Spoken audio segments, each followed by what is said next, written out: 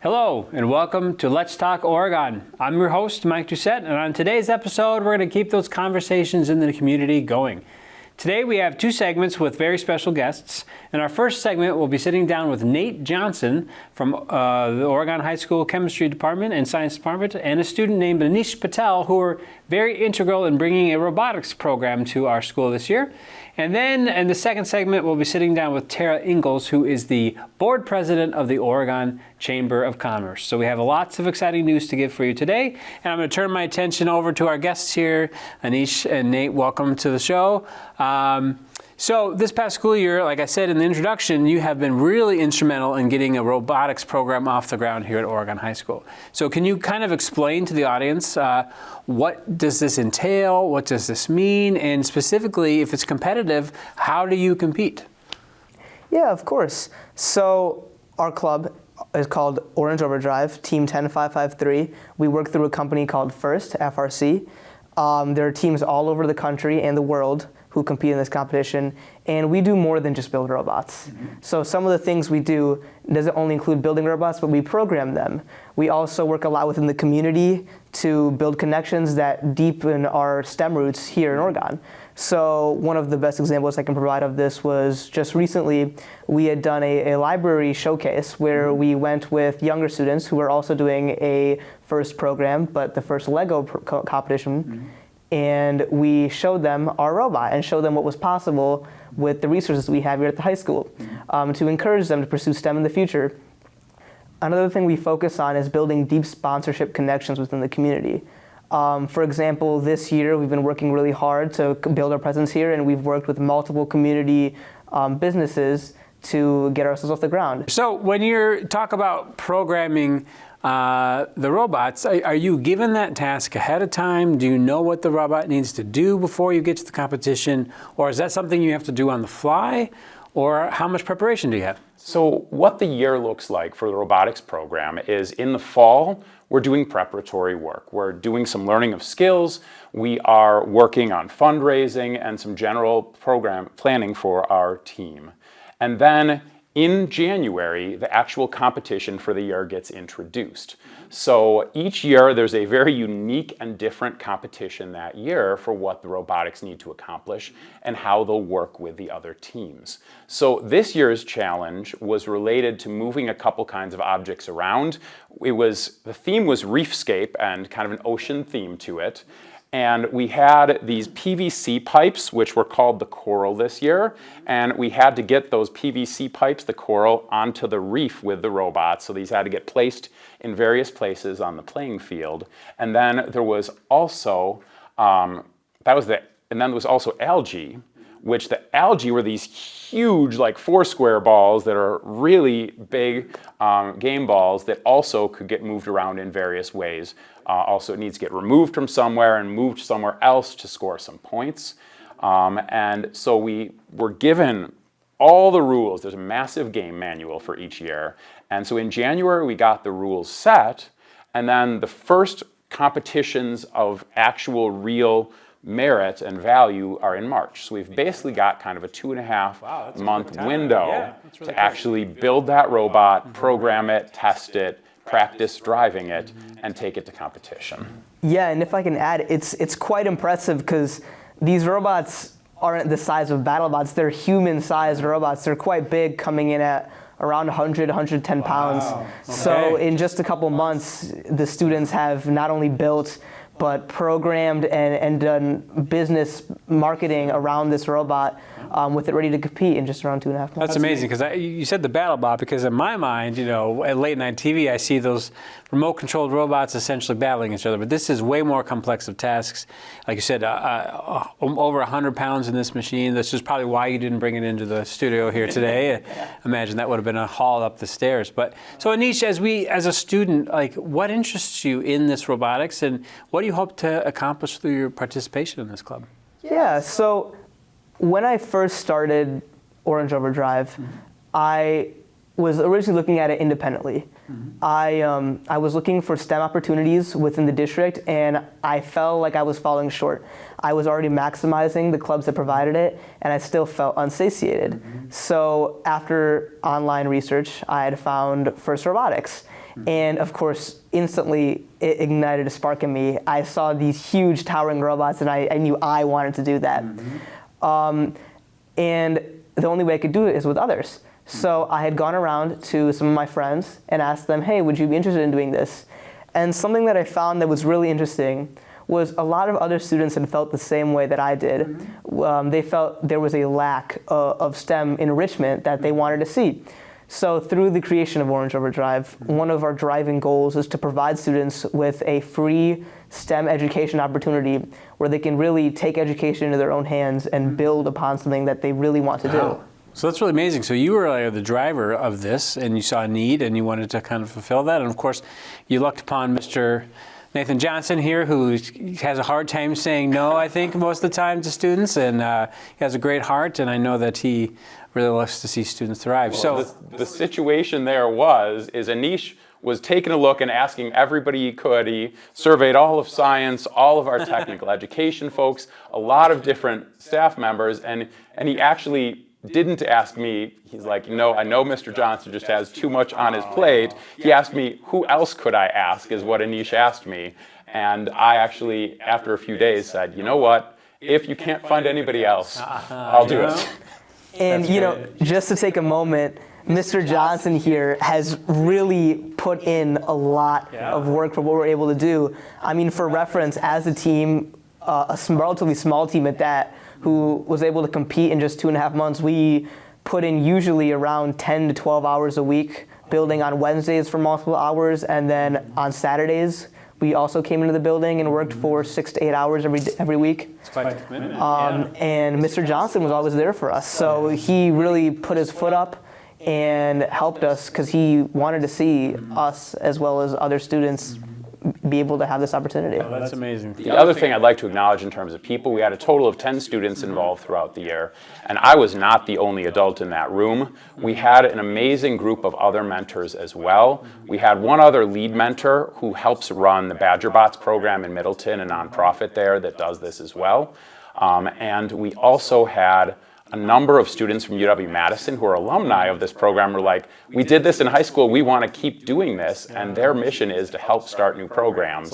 And so we had 3 UW-Madison students in regularly with us as well. Had a lot of success and a lot of people helping you. Now, so on the topic of success, I've heard that you all recently received some accolades as well. You want to go ahead and explain that to our audience? Yeah, of course. So at our competition in March, the Phantom Lakes Regional, our team won the Rookie All-Star Award, which means we were the best rookie team there. Additionally, I won the Dean's List Award, which is an award of personal achievement. And because of that, I got the privilege to go to the world competition in Houston, Texas, and celebrate that with the other winners. And has that happened so far?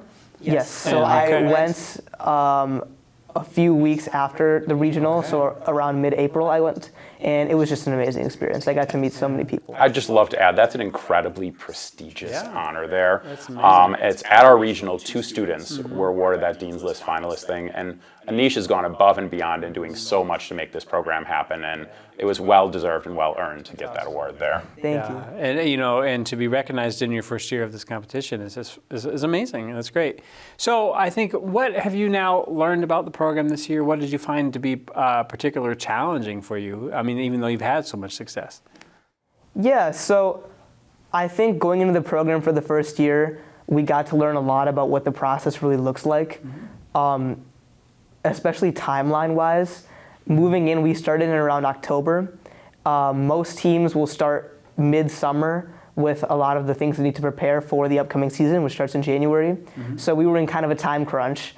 And one of our biggest hurdles was definitely the financial aspect. So I'm not sure if we've already added this, but the team raises all of the money to build the robot, which accumulatively is about $20,000 for registration fees as well as build fees. So this year we came in around $16,000, $17,000, and we did that mostly through the help of local sponsors.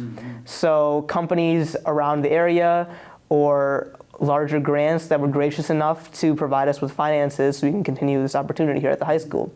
I would say some of those would just include Mid-Central Electric, Metalcraft Industries, All Color Powder Coating, and the Sleep Inn and Mainstay here at in the Madison area. So it sounded like this was a great opportunity to build some community partnerships as well, and to, obviously these companies use a lot of technology in their work and every day, so it's a great way to foster that young development in that craft as well. So we got those local sponsors there, which were really critical in making this happen. We also got some regional and state grants and sponsorships there too. Milwaukee Tool, we had the Gene Haas Foundation and Alliant Energy. We got grants from all of those, as well as the First Wisconsin organization helped take care of our registration fees. Wow. And we also got Wisconsin Department of Public Instruction also has a grant program on robotics. And with all these pieces combined, we managed to get what we needed this year. Okay, so let me get this straight. So this club came out of nowhere, right? And in this span of amount of time, you were able to secure an advisor, secure funding, up to $20,000, and to take this robotics competition and win Rookie of the Year and the Dean's List Award. So that's a pretty remarkable story. I think that's something for this community to be really proud of, especially proud of you, Anish, you as well, Mr. Johnson. So thinking forward now, like, what are the goals for next year? Like, what else can you achieve? Like, in that kind of long-range plan, like, what are you hoping to achieve as you move forward? Obviously, you're just, and folks at home, he's only a sophomore, which I think is pretty incredible too. So over the next 2 years you have here at Oregon High School, what are your goals with this program? Yeah, I think looking at my goals with the program, I don't only want to examine the 2 years I'm here, but I want to examine the 10 years once I'm gone. The root of this program and what I had in mind when I started it was I want to provide an opportunity for children who want to seek a deep, enriched STEM opportunity that isn't necessarily provided here right now. Because of that, we started Orange Overdrive, and I want to set it up in which it can continue even once I'm gone. Strong structure, strong faculty here, and just support from the community would be great to keep this opportunity going. Yeah. And my coach brain is all about targets for that coaching. And this year we built a really incredible robot. And we walked in there and this robot that looks like it can do all kinds of great things. But to get there in our first year, we really took a little too long building and refining our programming and getting practice driving our robot. We just weren't there yet. And so next year we're going to speed up that timeline for building and actually really get that chance to have incredible programming as well as the ability to really, our drive team, practice driving that robot. Yeah, well, that sounds great. That sounds like you've got some solid goals. You're thinking long-term with this club and offering, future generations of Oregon students this opportunity for this great enrichment in science, technology, engineering, and math. So congratulations to you both. This is, like I said before, an awesome accomplishment, something you for sure should be proud of, and we look forward to hearing more about the competitive robotics program here at Oregon High School. When we come back, folks, from the break, we're going to be sitting down with Tara Ingalls, who is the board president of the Chamber of Commerce here for the Village of Oregon. So we'll see you in a little bit. Thanks.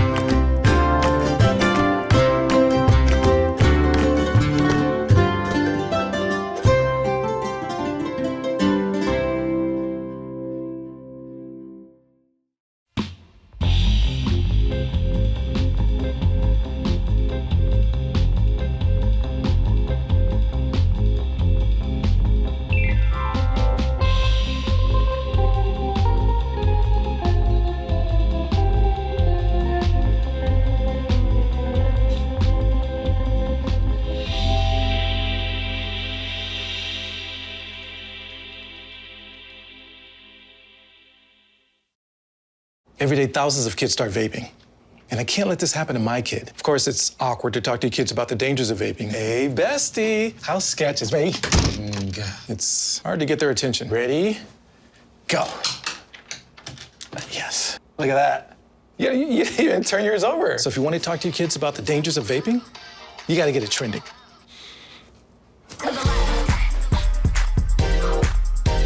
No, you're doing it wrong.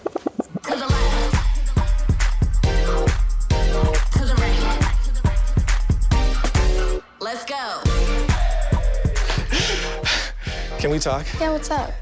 Visit talkaboutvaping.org for tips on when and how to have the vape talk.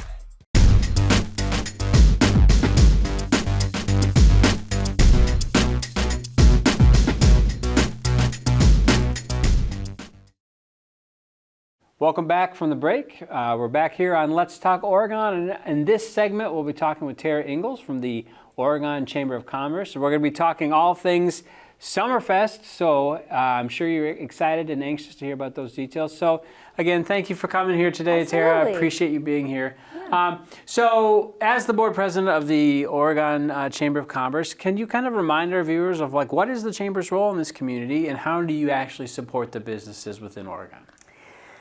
Lots of ways. So we offer lots of, I think what people mostly think of when they think of the Chamber of Commerce is networking opportunities, marketing opportunities for their business and new businesses in particular. But what I find that I get the most out of the Chamber experience is networking opportunities, sponsorship opportunities to get my name out there in an ongoing fashion, but then also just honestly just camaraderie and fun and just opportunity to connect with others in this area. I live in Oregon and I've been wanting to be part of this chamber for a while now, and it's been really great. I've been on the board since the fall of 2023 and I became president in January this year, but I've been working hard to elevate the marketing and the branding and the look and feel for the chamber, and it's definitely making a difference. We're seeing about 30 to 40 people at our events versus like 6, which is what we had after COVID. So yeah, so I'm really excited about that. But lots of different opportunities to market your business, generate leads. We have skill builder workshops, which are professional development opportunities to come in and learn more about marketing, HR, legal entity formation, lots of different things. We had a business expo this year that we're looking to do twice a year, maybe next year. Just again, an opportunity to showcase your business to the general community so people can come in, meet you. We had more business to business connections made this year than we did community business. So I'm hoping that next year we'll have more of that. But and then just we have a couple events. We have a big annual dinner that we had at the Bergamot this year that was a rodeo theme. Yeah. That was a lot of fun.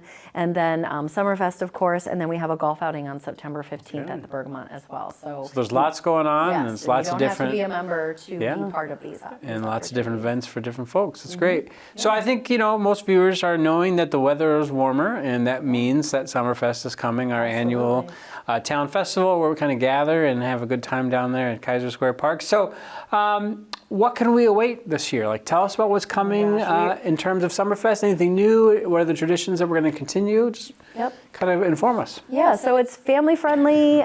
We say fun for all ages. It's June 20th to the 22nd, so Friday to Sunday. We are going to be having live entertainment. We've got Super Tuesday coming on Friday and Madison County on Saturday. They were here last year and saved us when the rain came. They went on at 10 p.m., thank goodness, and brought in a crowd of people. Fireworks are scheduled for Saturday night, and a little bit an odd thing that if it rains or there's rain in the forecast, the rain date's actually Friday. So. But it is scheduled for Saturday. We have a huge craft fair in Prairie View that'll be in both gyms. So that'll be 10 to 3 on Saturday. Let's see, we have a kids zone this year that'll have face painting and jugglers and magicians and things like that for the kids. We are bringing back the carnival that was here last year by popular demand. Okay. I knew that was a big sticking point last year. Yes, it was a big sticking. A lot of people loved the carnival last year. It had a lot of more teen adult rides than ever before, so that was really exciting. And that'll be open at night. There'll be wristbands on Saturday and Sunday for that, for the kids. But yeah, just a parade on Sunday. The theme for that will be dropping coming up here pretty soon. So I don't even know what it is. So, I know, you saying it was in a ballot lockbox at the library. So I wish I could bring you breaking news, folks, but we have to wait for the process to wait. Yeah, the themes were decided on by kindergartners in Prairie View, I think, and then all of the themes were narrowed down to 4, and then those were voted on the last 2 weeks at the library. So I don't even know what it is yet, so stay tuned. But all 4 of them, the themes sounded really great. So now the music tent is what it's called this year now, correct? And the music tent also does include adult libations. Yes. And that is a 21 and only Correct. experience after a certain time of night. After so that 5. After Yep. 5 o'clock, so that'll be that experience is still going to be retained. And I know a lot of people in our community love that opportunity to go out and let loose a little bit. And Yeah, we had a bunch of sports tournaments last year, which went over really well. Some of them not so great with the weather, but we had cornhole tournament, we had a bag toss, or a cornhole tournament, which is like bag toss, and then we had volleyball, we had pickleball, and then we have our traditional softball.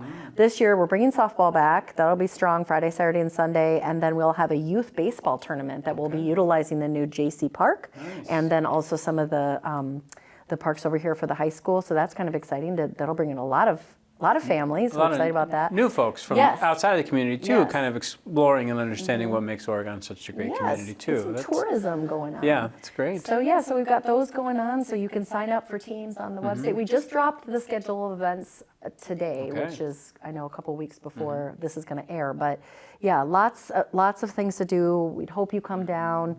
I'd be remiss not to ask for volunteers. We're always looking for volunteers. We're looking for sponsors to support this great event, to keep it around,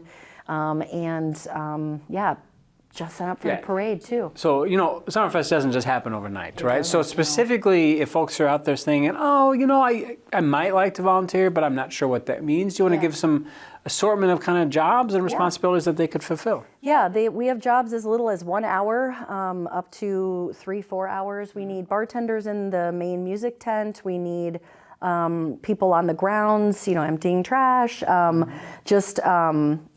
lots of different things. There's you could check in people and put wristbands on for the cover charge. They need help for the bingo that happens. There's a command center that's sort of the information area. You could come and volunteer for that. There is a sign-up link right on the website, OregonWI.com is where you'll get all the information for SummerFest. And yeah, lots of opportunities. You get a free T-shirt. It'll look a little different than this year, but get a free T-shirt. And anyone who has a high schooler out there that needs those 40 hours of service, this is a phenomenal opportunity for them to get involved over the summer and again, do it with their friends and have a good time. So that's great. Well, I think it's a wonderful way to get involved. And if you're sitting on the fence about doing any kind of volunteer work, this would be an opportunity to probably get out, hopefully enjoy some really nice weather. Yes, I put it in a request. So I think we're getting the rain now that will keep us getting the rain here in June. So that'll be exciting. So usually the parade route is going to be the same, no changes in terms of where the parade is going to be? There's some construction going to be happening. I forget the name of the street, Oak but it is Street? Yeah. Oak Street is going to be tore up, which is going to cause some issues. But I think that most Oregon residents should be fine for getting the fireworks and things like that. But no, the parade will go down. Lineup will be back kind of over by the high school, and then it'll go down Main Street. And things like that. So yeah, we're fingers crossed that we're going to have a UW marching band in our parade. So that's a little That'd be thing awesome. that we had Panther Exteriors actually offered to pave to have them come. So we're very excited about having a band because, as you know, Oregon does not have a marching band anymore. So that's true. we are missing that element in the parade. So That'd be excited exciting. about that. And I think one of the things that I appreciate about this village is that is such a central location that for most people, it's a short bike ride. It's a short walk into downtown. I would say leave the cars at home, enjoy the day, get out there, walk because we know parking is always an issue downtown, and we also don't want to displace residents, and so just do your best to get down there and share rides, and it's a great walkable city for sure. Yeah, Friday and Saturday night we will have Uber and Lyft. Okay. Right outside, so you can go. walk there or Make drop sure off. that music tent, responsible actions, drink responsibly, drink all of responsibly, that. and make sure you have a ride home. So seems like you got it all figured out, Tara. That's Well, going to be. gosh, it takes a village. Literally. The does. Chamber of Commerce has 10 board members that have all been kicking in on this, and then we also have 10 ambassadors as well that have been kicking in hours planning and getting things all ready. Shout out to Glenn Linsmeyer. Chief Glenn is sort of the man in charge. So we had him on the show. retiring from